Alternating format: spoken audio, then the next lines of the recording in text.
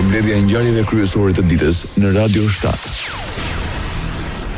Presidentja e Maqedonisë së Veriut Gordana Siljanovska-Davkova kërkon marrëveshje për kodin zgjedhor si e vetmja mënyrë për të shkuar në zgjedhje. Ajo vlerëson se gjendja aktuale rrezikon të komplikojë zgjedhjet e ardhshme. Unë nuk shoh dialog, sepse nuk mund të ketë dialog nëse askush nuk të riqet nga qëndrimi i saj. Pikërisht për këtë ndodhemi në këtë situatë jo produktive, e cila rrezikon të komplikojë dhe më shumë zgjedhjet e ardhshme. Pas disa cikleve zgjedhore janë grumbulluar vërejtje, ato janë seleksionuar dhe tani duhet i propozonim zgjidhje, deklaroi presidentja e Maqedonisë së Veriut Gordana Siljanovska-Davkova. Ministri i Punëve të Brendshme i Maqedonisë së Veriut Pançe Toshkovski paralajmëroi se të gjithë personat e përfshirë në rastin me ujë të pishëm në Gostivar do të mbajnë përgjegjësi ligjore nëse konstatohet shkelje e ligjit ose mosveprim brenda kompetencave të tyre. Ai njoftoi se deri më tani janë marrë në pyetje disa persona dhe hetimi po zgjerohet. Ndërkohë kryetari i Gostivarit Valbon Limani tha se situata në qytet po qetësohet si në aspektin epidemiologjik, ashtu dhe në furnizimin me ujë. Ai bëri të ditur se komunaleci i Gostivarit po bashkëpunon me ekipe dhe ekspert nga ndërmarrja ujësillësit të Shkupit për normalizimin e gjendjes. Kryetari Çajerit Izet Mexhiti tha se në përballimin e situatës në Gostivar kanë reaguar si pushteti qendror ashtu dhe komunat, duke ofruar ujë, shërbime dhe mbështetje profesionale pa dallime politike apo etnike. Alarm për çdo shqiptar, komentoi BDI pranimin publik nga përfaqësuesit të Vlenit se janë tmerrsisht të dobët brenda qeverisë. Sipas opozitares shqiptare, kjo është dëshmi e dështimit të plot politik. BDI thot se kombinimi dobësisë politike, degradimit të pozitës së shqiptarëve dhe dyshimeve për përfitime private është alarm që duhet të mobilizojë secilin qytetar. BDI vlerëson se shqiptarët nuk kanë nevojë për përfaqësues që e pranojnë pa fuqinë e tyre. Ata kanë nevojë për një përfaqësim që mbron interesin politik, dinjitetin dhe barazinë e tyre. Komiteti i Trashëgimisë Kulturore i UNESCO-s vendosi të shtyjë futin e rajonit të Ohrid në listën e trashëgimisë botërore, kulturore dhe historike në rrezik. Ministri i Punëve të Jashtme dhe i Tregtisë i Maqedonisë së Veriut Timço Mucunski deklaroi se vendimi tregon se diplomacia nuk është vetëm pjesëmarrje në takime ndërkombëtare, por aftësi përmes partneritetit të krijojë besim dhe të mbrojë interesat më të rëndësishme shtetërore dhe kombëtare. Vendimi i UNESCO-s i jep Maqedonisë së Veriut një afat shtesë prej 5 vitesh për zbatimin e rekomandimeve që lidhen me mbrojtjen e trashëgimisë natyrore dhe kulturore të rajonit të Ohrit, si dhe zbatimin e planit strategjik për riabilitimin e tij deri në vitin 2030. Rajoni. Ushtruese detyrës së presidentes Kosovës Albulena Xhiu shpalli 6 gushtin si datë për mbajtjen e seancës konstituive për kuvendin. Ajo bëri thirrje partive politike të intensifikojnë diskutimet për arritjen e një marrëveshje për të hapur rrugë formimit të institucioneve. Ju njoftoj se seanca konstituive e Kuvendit të Republikës së Kosovës do të mbahet me datë 6 gusht orën 10, pra ditë e enjte. Deri atëherë, mbetet detyrimi subjekteve politike që të vazhdojnë dialogun, shtoi presidentja në detyrë Albulena Xhiu. Konsideroj që kam vepruar drejt dhe qëllimi im ka qenë më i miri, pra që të jepet hapësira e nevojshme në dispozicion dhe që të mbrihet një marrëveshje, por duket që nuk jemi shumë afër, por uroj që të intensifikohen takimet. Ajo kërkoi shmangjen e shkuarjes sërish në zgjedhjet parakohshme. Aleanca për Ardhmërinë e Kosovës garanton se ka votat për zgjedhjen e presidentit dhe shmangjen e zgjedhjeve të parakohshme. Nënkryetari i partisë Smail Latifi deklaroi se kjo forcë politike ka bërë publike 6 pika të cilat sipas tij nuk janë kushte, por ofertë për të ndihmuar formimin dhe konsolidimin e institucioneve të dalja nga zgjedhjet. Ai tha se nëse qeveria e ardhshme zotohet publikisht për zbatimin e këtyre pikave, aleanca do të kontribuojë në sigurimin e quorumit të nevojshëm për formimin e institucioneve. Sipas tij, oferta e aleancës është në interes të qytetarëve dhe përfshin çështje strategjike për vendin. Nënkryetari i Aleancës për Ardhmërinë e Kosovës përmendi gjithashtu përmbylljen e projekteve infrastrukturore, rritjen e pragut të TVSH-s për bizneset e vogla dhe të mesme nga 30.000 në 100.000 euro, si dhe heqjen e tatimit për tokën e punuar.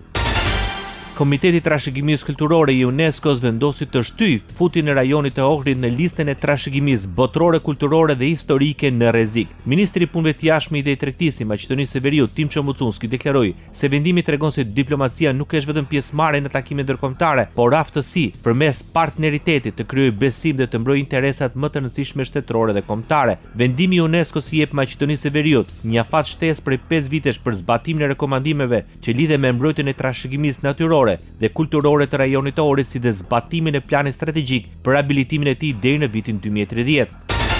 Kosova dhe Gjermania forcojnë bashkëpunimin për veprimin klimatik dhe tranzicionin energjetik. Në shkruajt marrëveshje e zbatimit për mbështetjen e partneritetit për klimën dhe tranzicion energjetik. Marrëveshja konkretizon partneritetin më të gjerë për klimën dhe energjinë ndërmjet Kosovës dhe Gjermanisë në një kornizë operative bashkëpunimi. Ajo synon të forcojë dialogun për politikat, koordinimin institucional dhe ngritjen e kapaciteteve duke kontribuar njëkohësisht në diplomacinë klimatike të Kosovës, rritjen e dukshmërisë ndërkombëtare dhe angazhimin më të gjerë të shoqërisë në veprimet për klimën dhe tranzicion energjetik.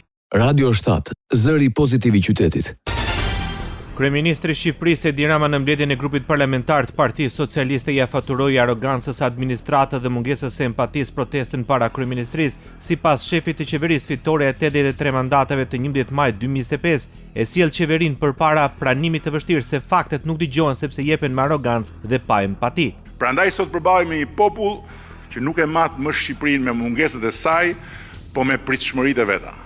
Një popull që nuk na vlerëson më sa do të donim ne për gjithçka kemi bërë deri këtu, po na kërkon llogari më shumë se sa do donim ne për gjithçka që mbetet për t'u bërë. Një popull që bezdiset kur i tregojmë nga sa poshtë jemi nisur për t'u ngjitur deri këtu dhe që na tregon se sa lart do të jetë papritur kohën që duhet për t'u ngjitur. Me ne ose pa, dhe ka drejt, ka drejt. Kush përpiqet ta zvogloj apo ta relativizoj për masën e kësaj drejte, që na e tregoi bulevardi i Flamingove, do zvoglohet dhe do relativizohet deri në irrelevancë. Madje, sa më i madh dhe i fortë jesh përballë kësaj drejte, aq më rrezik je. Nëse nuk e kupton se kjo e drejtë është më e madhe dhe më e fortë se sa ti, qofsh dhe vetë Partia Socialiste, apo u quajtsh edhe Edi Rama po deshe.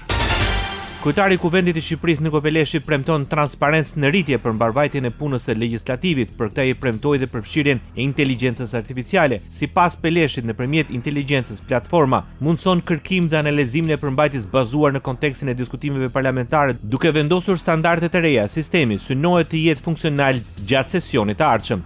Një drejtim i ri me rëndësi strategjike është integrimi i inteligjencës artificiale në mbështetje të veprimtarisë parlamentare, duke shfrytzuar burimet e arkivës, si dhe punimet aktuale të seancave plenare dhe të komisioneve parlamentare. Në këtë kuadër është konceptuar iniciativa Media Hub AI. Nëpërmjet inteligjencës artificiale, platforma do të mundsojë kërkimin dhe analizimin e përmbajtjes bazuar në kontekstin e diskutimeve parlamentare, duke vendosur standarde të reja transparence dhe qasje në informacion. Krahas asaj, Peleshi deklaroi se pas sulmit kibernetik të Kuvendit më 10 mars është lidhur marrëveshje me Agjencinë Kombëtare të Sigurisë Kibernetike për zgjerimin e monitorimit. Bashkia e Vlorës apelon për kujdes të shtuar gjatë së premtes pasi sipas parashikimeve meteorologjike territori i bashkisë mund të përfshihet nga reshje intensive, stuhi lokale dhe ere fort. Qytetarëve dhe vizitorëve u kërkohet të shmangin lëvizjet e panevojshme, të mos qëndrojnë pranë pemëve apo strukturave të pasigurta, si dhe të tregojnë kujdes maksimal në plazhe dhe në det. Bashkia bën thirrje gjithashtu të mos ndizen zjarre në ambiente të hapura, pyje, kullota apo pranë bimësisë së thatë, ndërsa qytetarët ftohen të njoftojnë shërbimet e emergjencës për çdo situatë që mund të paraqesë rrezik. Policia e shtetit në Shqipëri paralajmëron përkeqësim të kushteve atmosferike dhe detare. U bë thirrje qytetarëve dhe drejtuesve të mjeteve lëndruese që të tregojnë kujdes të shtuar gjatë orëve në vijim. Sipas autoriteteve, nga mesdita 24 korrikut deri në paraditën e 25 korrikut pritet përkeqësimi i motit, i cili do të ndikojë veçanërisht në zonat detare. Për këtë arsye, mjetet e vogla lëndruese dhe anjet e peshkimit që veprojnë jashtë gjirit të Vlorës dhe gjirit të Sarandës, si dhe përgjatë vijës bregdetare, Dërmi, Himar, Sarand, këshillojnë të mos dalin në det deri në përmirësim në kushteve. Policia u ka bërë thirrje kapitenëve dhe drejtuesve të mjeteve lëndruese të shmangen çdo lundrim që mund të rrezikojë jetën e tyre, të ekuipazhit apo të pasagjerëve, duke respektuar udhëzimet e autoriteteve përgjegjëse. Ndërkohë, paralajmërimi vlen dhe për përdoruesit e rrugëve pasi rreshjet dhe moti i paqëndrueshëm mund të vështirësojë qarkullimin. Bota.